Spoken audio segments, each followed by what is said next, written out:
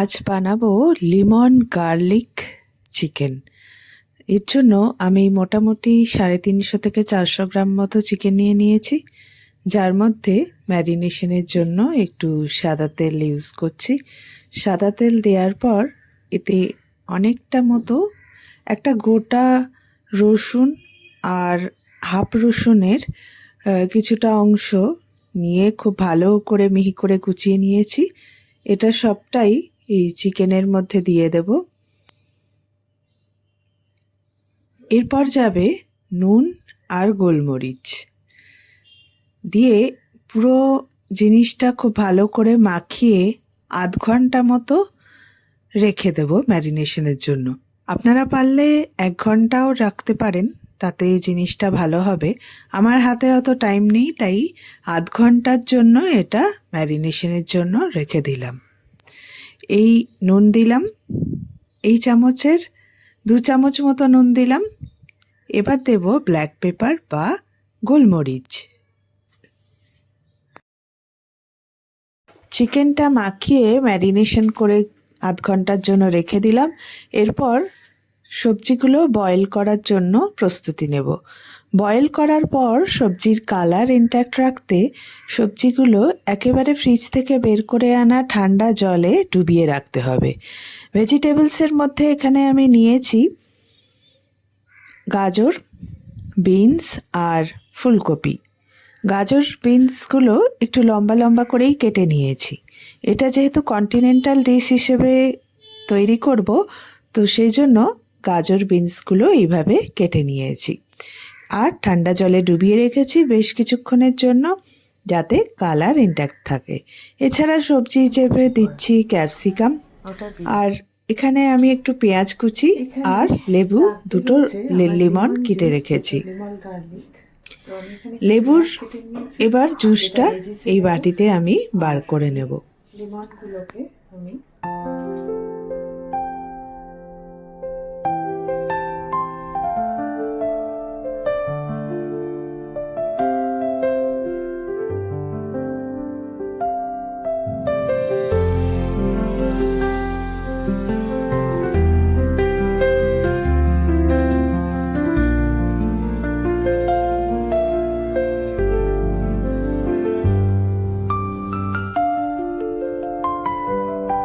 এখানে আমি লেবুর জুস তৈরি করে রেখে দিলাম, যেটা আমার পরে কাজে লাগবে একদম লাস্টে।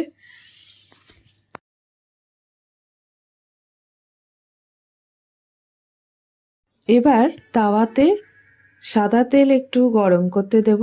এখানে মোটামুটি 2 চামচ মতো সাদা তেল গরম করতে দেব। এটা যেহেতু খুব একটা তেল দিয়ে রান্না নয়, একদমই অয়েল ফ্রি রান্না এবং ডায়েট রান্না, তো সেই জন্য একদম 2 চামচ মতো সাদা তেল গরম করে তার মধ্যে ডুমো ডুমো করে কেটে রাখা পেঁয়াজ, এখানে আমি একটা পেঁয়াজ দিয়েছি, একটা বড় পেঁয়াজ দিয়েছি। এটা ডুমো ডুমো করে কেটে এর মধ্যে দিয়ে একদম হালকা ফ্রাই হবে, যাতে না গোল্ডেন ফ্রাই হয়ে যায়, কালার না চেঞ্জ হয়, পেঁয়াজের কালার যেন একদম সেম থাকে। আর এর মধ্যে দেব ওই ডুমো করে কেটে রাখা ক্যাপসিকাম কুচিগুলো দিয়ে খুব ভালো করে নাড়াচাড়া করতে হবে।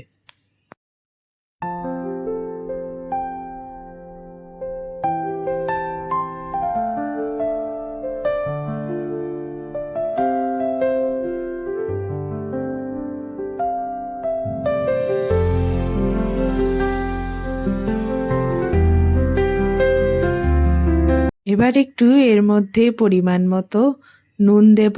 নুন দেওয়ার পর খুব ভালোভাবে সবজি ক্যাপসিকাম আর পেঁয়াজটাকে ভালো করে টস করব।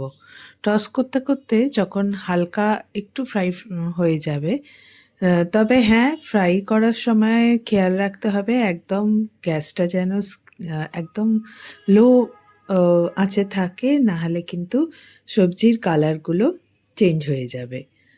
এর মধ্যে বয়েল করে রাখা এবং ঠান্ডা জলে ভিজিয়ে রাখা যে সবজিগুলো আছে সেই ভেজিসগুলো এর মধ্যে দিয়ে আবারও খুব ভালো করে নাড়াচাড়া করতে হবে আর পরিমাণ মতো নুন দিতে হবে।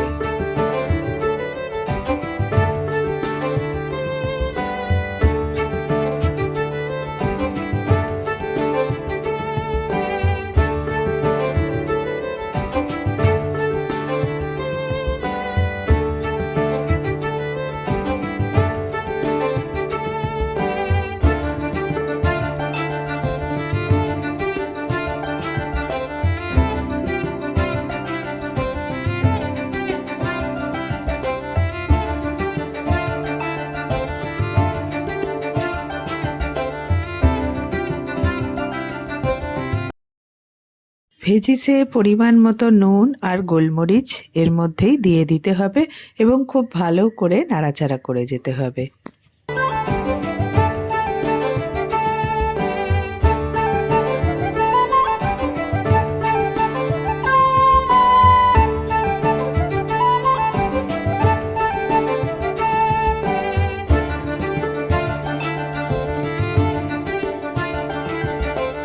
ভেজিসটা আমার হয়ে গেছে। এরপর আমি যে ম্যারিনেশনে দিয়ে রেখেছিলাম আধ ঘন্টা ধরে চিকেনটা, সেই চিকেনটাকে, এর মধ্যে কিন্তু কোনো অয়েল ব্রাশ করব না গ্রিল তাওয়াতে। তো চিকেন ম্যারিনেশন করে রাখা চিকেনগুলো দিয়ে দেব। অয়েল ব্রাশ করলাম না, তার কারণটা হচ্ছে চিকেনে ম্যারিনেশনের সময় যথেষ্ট হোয়াইট অয়েল বা সাদা তেল মাখিয়ে রেখেছিলাম। আর এর মধ্যে তো জানেন, আপনাদের আগেই দেখিয়েছি, সেটা হচ্ছে রসুন কুচি, নুন আর গোলমরিচ গুঁড়ো মাখিয়ে ম্যারিনেশনে দিয়ে রেখেছিলাম আধ ঘন্টার জন্য। তো যতক্ষণ আমার ভেজিটেবলসটা হচ্ছিল ততক্ষণ ম্যারিনেশনে ছিল। ভেজিটেবলসটা হয়ে যেতেই আমি চিকেনগুলোকে এবার তাওয়ায় দিয়ে দিলাম।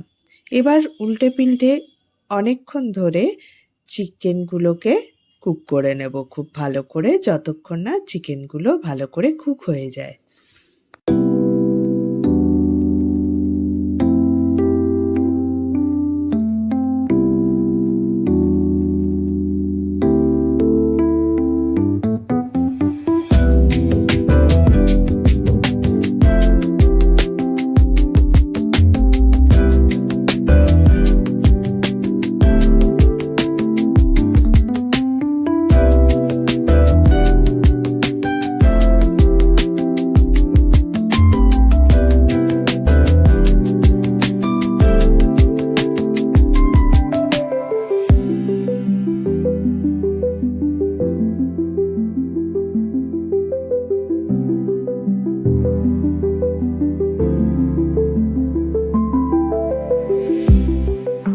চিকেনগুলো কুক হওয়ার সময় একেবারে উপর থেকে অরিগ্যানো কিছুটা ছড়িয়ে দিলাম।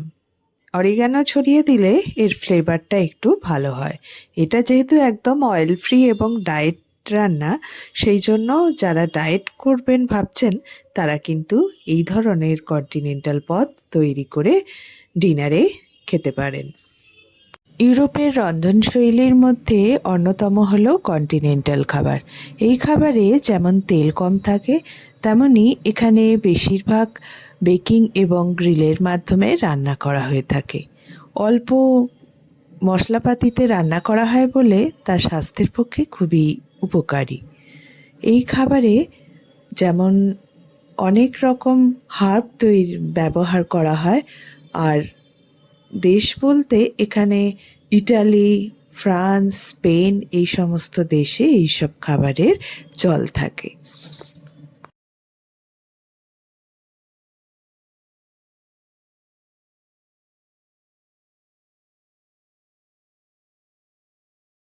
চিকেনটা হয়ে যাওয়ার পর লেমন গার্লিক চিকেনের যে আসল সস সেটা এখন বানিয়ে নেব।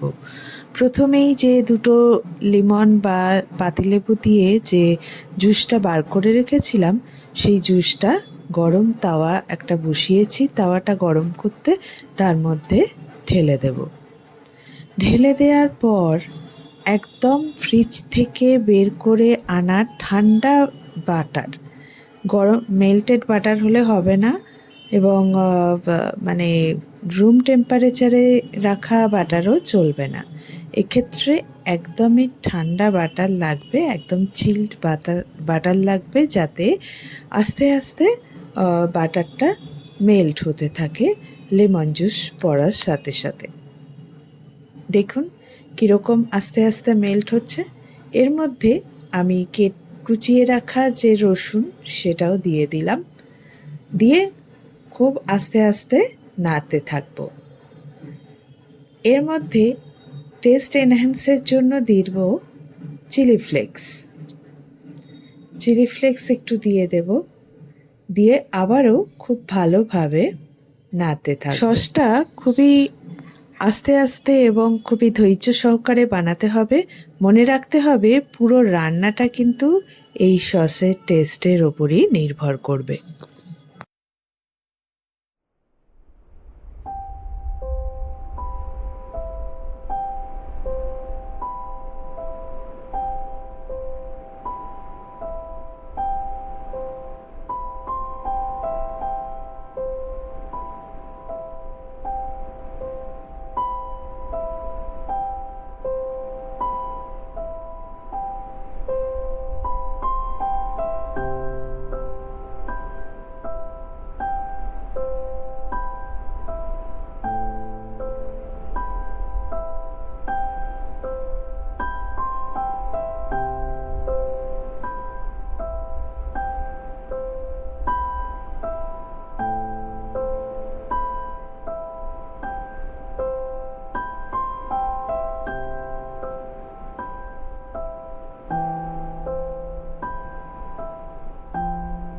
আমার সসটা তৈরি হয়ে গেছে। এবার আমি পুরোটা গার্নিশিং করব।